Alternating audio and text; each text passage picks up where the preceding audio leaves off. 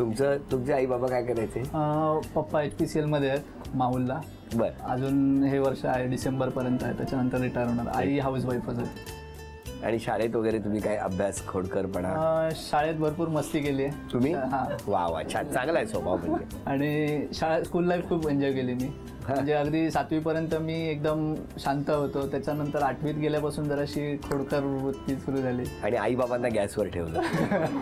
पण शाळेत अशा कुठल्या तक्रारीमुळे बाबांना कधी यावं लागलं? बाबांना नाही, आईला वगैरे यायला लागलेलं आहे. कशासाठी? एक तर लेट कमिंग, परत एकदा एकाला म्हणजे असंच खेळता खेळता मारलेला त्याचा चष्मा. तुम्ही मारलं होतं? हा, चष्मा तोडलेला. चष्मा तोडला होता. चांगला होता स्वभाव तुमचा. मग आईने आल्यावर काय केलं?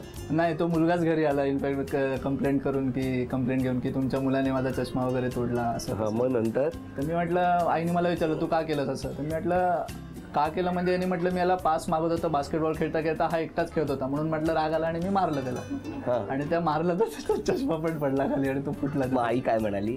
काय नाही, मग त्याला पण बोलली की तू काहीतरी केलं असणार, त्याशिवाय याने तुला मारलं नाही, कारण तो असाच कोणाला मारणार नाही असं तर सांगितलं. आईने तुमची बाजू घेतली? लग्नानंतर सुद्धा आई तुमचीच बाजू घेतात का? नाही, असं काय नाही, सगळ्यांचीच. बरं, तुमच्या बाबतीत शाळेत असं काय? शाळेतलं असं म्हणजे घरात झालेलं आहे. काय? माझा दादा आणि माझी ताई, मी लहान म्हणजे मी त्यांच्यासाठी खेळणंच होती अक्षरशः. मला असे काठी ठेवायचे आणि उड्या मारायला लावायचे ते. हा, आणि तेव्हा मला एपिस्टॅक्सीचा त्रास होता. लगेच काय झालं की नाकातून रक्त वगैरे यायचं. ह्यानी मला उडी मारायला लावली, मी मारली पण, आणि झालं असं की दात माझा ओठात घुसला. मग आईने खूप ओरडली, खूप मारलं, मला घेऊन गेले डॉक्टरकडे. मग झालं ते सगळं इथे टाके पडले. मग नंतर आणलं घरी, पुन्हा परत तेच. दुसऱ्या दिवशी आम्ही ह्याच्यामध्ये खेळत होतो, म्हणजे 4-5 दिवसानंतरची गोष्ट. आणि दादाने काहीतरी चुकून हात बसला दादाचा, ते नाकातून रक्त यायला लागलं. तर हा घाबरला, सुचू आईला नको सांगूस, आई मला ओरडेल. ती वरती घेऊन गेला मला, माझं अगदी नाक बीक पुसतोय, पण रक्त थांबेल कसं ना, बर्फ नाही काय नाही. मग बिचारा रडायला लागला आणि मग घेऊन आला. आई चुकलं माझ्याकडून हिला चुकून लागलं. मग झालं, तो एक इन्सिडन्स आहे. लहानपणी हा एकच इन्सिडन्स आहे लक्षात ठेवण्यासारखा? लहानपणीचा तो, आणि हॉस्टेलला गेलेली तेव्हा एकदा असं झालेलं आहे. हॉस्टेलला कशासाठी गेला होता? मी नर्स आहे ना. अच्छा, हो का? मग तुम्ही इंजेक्शन देता? इंजेक्शन द्यावंच लागतं ना नर्सला. तुम्हाला दिलंय का कधी? नाही, अजून एकदा दिलंय टिटनेसचं इंजेक्शन. किती वर्ष झाली? आता मला वाटतं हार्डली 6-7 महिने झाले. हा, मग काय झालं सांगा. तेव्हा हॉस्टेलला गेलेली तेव्हाही हाच त्रास होता मला. मग आईने पप्पांना सांगितलं नव्हतं. म्हणजे दुसऱ्या दिवशी मला हॉस्टेलला राहायला जायचं होतं आणि आदल्या दिवशी माझं नाकातून रक्त घळाघळा वाहत होतं. मग आईने पप्पांच्याच बनियनने ते सगळं पुसलं आणि पप्पांना काय सांगितलं नाही, का तर पप्पा खूप काळजी करणार आणि मग तुला जायला देणार नाही, मग शिक्षण होणार नाही, एवढं ॲडमिशन मिळालं हे सगळं. मग पप्पाने यातलं काहीच माहित नाही, ते पण आता त्यांना कळत असेल हे सगळं घडलेलं. मग सगळं लपवून ठेवलं. दुसऱ्या दिवशी हॉस्टेलला गेले, तेव्हापासून हे सगळं स्टॉप, मग काहीच नाही. मला सांगा, तुमची ओळख कशी? हिची आणि माझी ओळख अशी म्हणजे की माझा एक मित्र होता, तो ऍडमिट होता. जसं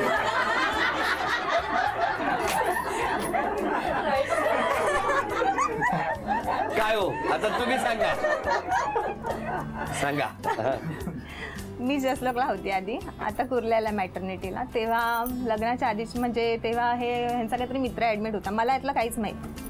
हे आमच्या इथे कसं नेमप्लेट असतं, तर माझं लग्नाचं आधीचं नाव परब. ह्यांनी कधीतरी ते सगळं बघून ठेवलेलं, परब आहे आपल्या गावचे आहे वगैरे. आणि मित्राकडून चौकशी केलेली वाटतं, नाव काय, हिचं काय. म्हणजे त्यांनी अशी सहज पेशंट म्हणून आपली चौकशी केली, काय गं तुझ्या लग्नाचं बघतायत का घरी. म्हटलं हो आहे चालू. मग सगळी इन्फॉर्मेशन अशी गोड बोलून काढली त्याच्या मित्राने. मी पण आपली सांगितलं, हां असं आहे, आमचं गाव हे आहे छान वगैरे. पेशंटची तसं बोलावं लागतं. बरोबर आहे, बरं वाटतं पेशंटला. सगळी इन्फॉर्मेशन काढून घेतली त्यांनी आणि ती इन्फॉर्मेशन इथे पास होत होती. तुम्ही कसं काय, तुम्ही कधी या परवाना बघितलं होतं? मी त्याला बघायला गेलो. तुम्ही डॉक्टर बघायला गेला होतात का नर्स? ऍक्च्युली मी त्याला बघायला गेलो मित्राला. आणि तेव्हाच असं म्हणजे बोलता आमचे म्हणजे तेव्हा ती आलेली काहीतरी मेडिसिन वगैरे द्यायला त्याला. तर तेव्हा मी बघितलेलं जस्ट. आणि नंतर मग असंच त्याच्या आणि माझी बोलण्यात थोडंसं हे झालं. तर मला बोलतो, संदीप बघ ना, तू पण लग्नाचं बघता आता, कर ना तू पण. तर चांगलं आहे, आपल्याकडची जागा आहे. तो पण आपल्या कोकणातलाच होता आमच्याकडचा. मग पुढे तर त्याला मी असं हे केलं की म्हटलं ठीक आहे, म्हटलं तुला वाटतं तर तू विचारून घे सगळं, मला सांग कसं काय ते, मग बघतो म्हटलं. पुढे काय झालं? मग त्यांनी नंबर घेतले. त्यांनी मग पेशंटला आधी डिस्चार्ज किती महिन्यांनी मिळाला? नाही, ते काहीतरी फ्रॅक्चर झालेलं वाटतं त्यांना, म्हणून ते ऍडमिट होते. तेही विसरला. मग त्यांनी सगळी इन्फॉर्मेशन काढली आणि मला विचारलं की काय तुझ्या लग्नाचं वगैरे बघतायत का? म्हटलं हो. तर त्यांनी सांगितलं की त्या दिवशी माझा एक मित्र आलेला, त्याला जरा तू आवडली आहेस, तर काय तुझ्या मॅम? म्हटलं मी काय असं कोणाला काय बघितलं नाही, तर मला काय माहिती कोण. मग बोलले की नंबर एक्सचेंज करतो, तू एकदा बोलून घे त्यांच्याशी. तो मित्र नंतर गायबच. यांनी नंतर फोन केला मला, मग यांचे कॉन्टॅक्ट मला सुरू झाले. हे ऍडमिट झाले. मग हे फोनवरती फोन असं असं आहे, आपल्या गाव सेम आहे. मग माझी बर्थ डेट वगैरे घेतली, पत्रिका, हा पर्सनली पत्रिका वगैरे सगळं बघितलं, कोण किती जुळताय सगळं. हा फारच हुशार आहे. गावापासून सगळं बघितलं. आणि नंतर मग मला बोलतात की काय मग तुझ्या मनात काय? मी म्हटलं मी असं सांगू शकत नाही. म्हटलं आधी मला घरी सांगावं लागेल. मग आईला आणि पप्पांना सांगायचं होतं. मग हे मला बोलले की पण तू घरात सांगतेस खरं, पण मी माझ्या घरात इतक्याच सांगणार नाही. म्हटलं का? जर नाही माझ्या मोठ्या भावाचं लग्न नाही ठरलंय, घरात सांगितलं तर मग मोठा भाऊ घाई करेल लग्नाला, जी मुलगी येईल तिला हा बोलेल पटकन.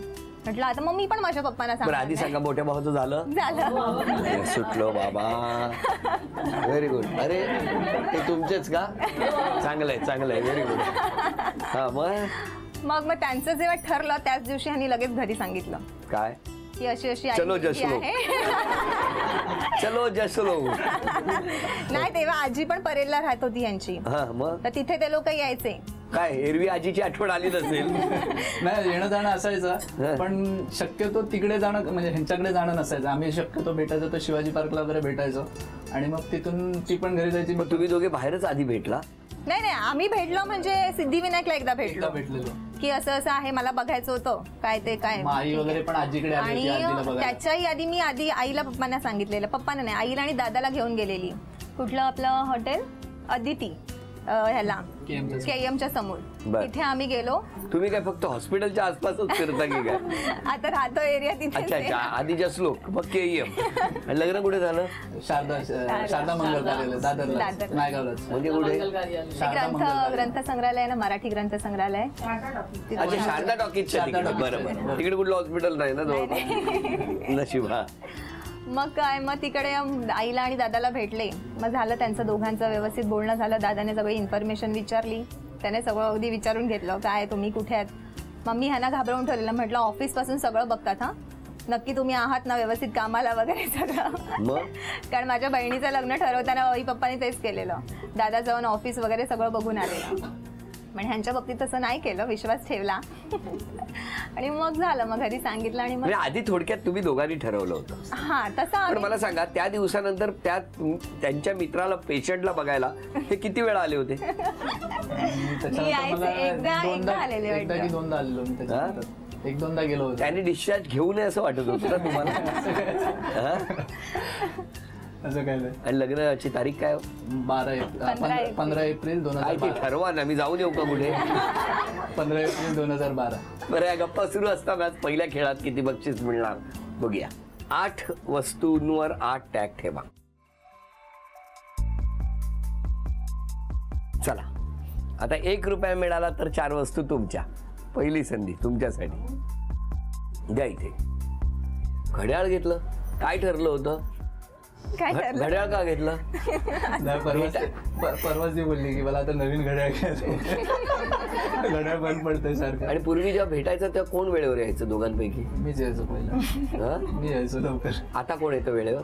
आता काय बाहेर नाहीच भेटणार. 1 रुपया. अभिनंदन. उचला घड्याळ. आता 3 वस्तू कुठल्या पाहिजे त्या घ्या. सांगतील ते घ्या तुम्ही. 5 रुपये. हेल्मेट आणि कुकर. हेल्मेट आणि कुकर घेणार. चला, हेल्मेट. 20 रुपये. म्हणजे आतापर्यंत 26 रुपयेच मिळाले. आता अजून एक संधी आहे.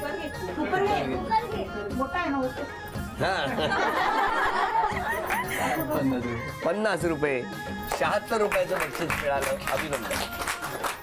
पोरांना मारतील, ते त्रास देतात. येतात म्हणूनच मारणार ना. लहान मुलगा ऐकत नसेल, किती सांगितलं, एकदा सांगितलं, दोनदा सांगितलं, तीनदा सांगितलं, शेवटी आपण त्याच्यावर चिडचिड करणारच ना. आणि पोर मम्मी मम्मी करीत गेलं तरी बोलत नाही चांगली. कामावरून आल्यानंतर कसं ते लक्ष देणार, जरा शांत. अरे हो हो हो काय मैत्रीण आणली आहे डेंजर.